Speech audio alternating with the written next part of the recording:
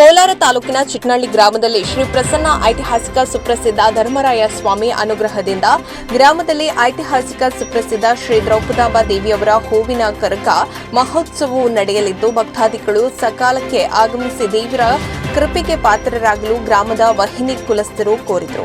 28/4/2025 ಸೋಮವಾರದಿಂದ ಕಾರ್ಯಕ್ರಮಗಳು ಆರಂಭಗೊಂಡಿದ್ದು 4/5/2025 ಭಾನುವಾರದವರೆಗೆ ಧ್ವಜಾರೋಹಣ, ಹಸಿ ಕರಗ, ಅತ್ತೆಮನೆ ಕಲ್ಯಾಣೋತ್ಸವ ಮತ್ತು ತವರು ಮನೆ ದೀಪೋತ್ಸವ, 2/5/2025 ಶುಕ್ರವಾರದಂದು ಹೂವಿನ ಕರಗ, ಪೂತಲರಾಜು ಕಾವು ಮತ್ತು ವಸಂತೋತ್ಸವ ಕಾರ್ಯಕ್ರಮಗಳು ವಿಶೇಷವಾಗಿ ನಡೆಯಲಿದ್ದು ಭಕ್ತಾದಿಗಳು ಸಕಾಲಕ್ಕೆ ಆಗಮಿಸಿ ದೇವರ ಕೃಪೆಗೆ ಪಾತ್ರರಾಗಲು ಗ್ರಾಮದ ವಹಿನಿ ಕುಲಸ್ಥರು ಕೋರಿದ್ರು.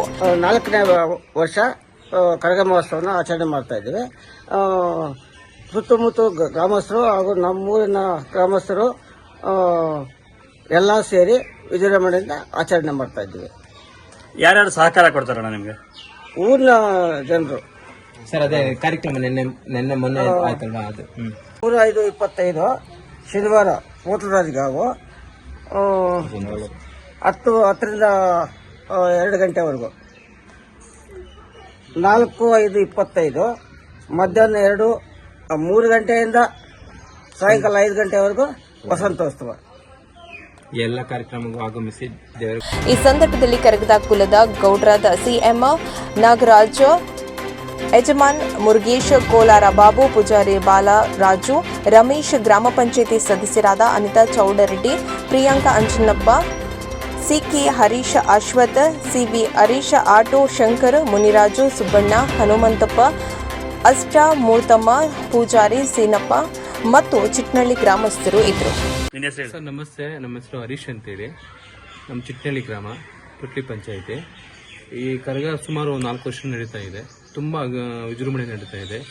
ಯಾರು ಇಲ್ಲಿಂದ ಹೋಗ್ಲಿ ಏನು ನಾವು ಅನ್ಕೊಂಡಿದ್ದು ನಾವು ಮಾಡ್ತಾ ಇದ್ರಿ. ಏನೋ ಎಲ್ಲರೂ ಗ್ರಾಮಸ್ಥರು, ಸುತ್ತಮುತ್ತಲ ಗ್ರಾಮಸ್ಥರು, ನಮ್ಮ ಪಂಚಾಯಿತಿ ಅಧ್ಯಕ್ಷತೆಯಿಂದ ಎಲ್ಲ ಸೇರಿ ಏನೋ ಅವ್ರಿಗೆ ತೋಚಿದ್ದು ಸಹಾಯಧನ ಮಾಡ್ತಾ ಇದ್ದಾರೆ, ಧಾನ್ಯನ ಮಾಡ್ತಾ ಇದ್ದಾರೆ, ಸಹಾಯ ಮಾಡ್ತಾ ಇದ್ದಾರೆ. ತುಂಬ ಅವ್ರಿಗೆ ಕೃತಜ್ಞತೆ ನಾವು ಇಷ್ಟಪಡ್ತೀವಿ. ಎಷ್ಟು ಜನ ಸೇರ್ಬೋದು ನಾಳೆ ಕರ್ಕಕ್ಕೆ? ಸರ್ ಸುಮಾರು ಹೆಂಗಿಲ್ಲ ಅಂದ್ರೆ ಒಂದು 1,000 ಜನ ಸೇರ್ಬೋದು. ಅದರಲ್ಲಿ ನಮ್ಮ ಬಾರ್ ಚಲಪತಿ ಅನ್ನೋರು ಸುಮಾರು 2,000 ಜನಕ್ಕೆ ಊಟದ ವ್ಯವಸ್ಥೆ ಮಾಡ್ತಾ ಇದ್ದಾರೆ. ತುಂಬ ಅವರಿಗೆ ಧನ್ಯವಾದ. ಸಾಂಸ್ಕೃತಿಕ ಕಾರ್ಯಕ್ರಮ ಬಂದು ಗುರುವಾರ ಅಂದ್ರೆ ಇವತ್ತು ದೀಪೋತ್ಸವ ಇರ್ತದೆ.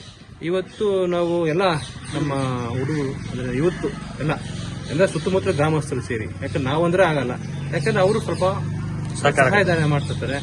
ಅವರು ತುಂಬಾ ಹೆಲ್ಪ್ ಮಾಡಿ ಇವತ್ತು ಒಂದು ಮನೋರಂಜನೆ ಕಾರ್ಯಕ್ರಮ ಇಟ್ಕೊಂಡಿದ್ದಾರೆ. ದೀಪೋತ್ಸವ ಇದೆ. ನಾಳೆ ಒಂದು 10 ಗಂಟೆಯಿಂದ ಒಂದು 6 ಗಂಟೆಯಿಂದ 10 ಗಂಟೆವರೆಗೂ ನಾಳೆ ಮನೋರಂಜನೆ ಇರುತ್ತೆ. ನಮ್ಮ ಬೆಸ್ಕಾಂ ಕಡೆಯಿಂದ ಮತ್ತೆ ನಮ್ಮ ಪೊಲೀಸ್ ಅಧಿಕಾರಿಗಳು ಅವರು ನಮಗೆ ಸಹಕಾರ ಕೊಟ್ಟಿದ್ದಾರೆ ಮಾಡೋದಕ್ಕೆ. ಆಮೇಲೆ 10 ಗಂಟೆಯಿಂದ ಒಂದು ಸಂಜೆ ನಾಳೆ ಶನಿವಾರ ಬೆಳಗ್ಗೆ ಒಂದು 8-9 ಗಂಟೆವರೆಗೂ ಹೂವಿನ ಕರಗ ಇರ್ತದೆ. ಕರಗ ಹೊತ್ತ ಇವರು ಎಲ್ಲೆಲ್ಲಿ ಪ್ರದಕ್ಷಿಣೆ ಆಗ್ತಾರೆ? ಪ್ರದಕ್ಷಿಣೆ ಅಂದ್ರೆ ಮೈನು ಊರಿನ ದೇವಸ್ಥಾನ, ಆಮೇಲೆ ವಹಿಕುಲದ ಅವರು ತವರು ಮನೆ, ಅತ್ತೆ ಮನೆ ಇರುತ್ತಲ್ಲ ಅವರು, ಮತ್ತೆ ಹಸಿ ಕರಕ್ಕೆ ಹೂವು ಕೊಟ್ಟಿರ್ತಾರಲ್ಲ ಅವರು, ಆಮೇಲೆ ಸುತ್ತಮುತ್ತ ಮನೆ ಇಂಥ ಊರೆಲ್ಲ ಇಂಥ ಮನೆ ಅಂತಾನೆ ಇಲ್ಲ, ಎಲ್ಲ ಮನೆಗೂ ಅಷ್ಟೇ ನಾವು ತುಂಬಾ ಸಹಕಾರ ಕೊಟ್ಟು ನಾವು ಒಂದು ವಿಜೃಂಭಣೆಯಿಂದ ನಾವು ಮಾಡೋದಕ್ಕೆ ಇಚ್ಛೆ ಬಯಸ್ತೀವಿ.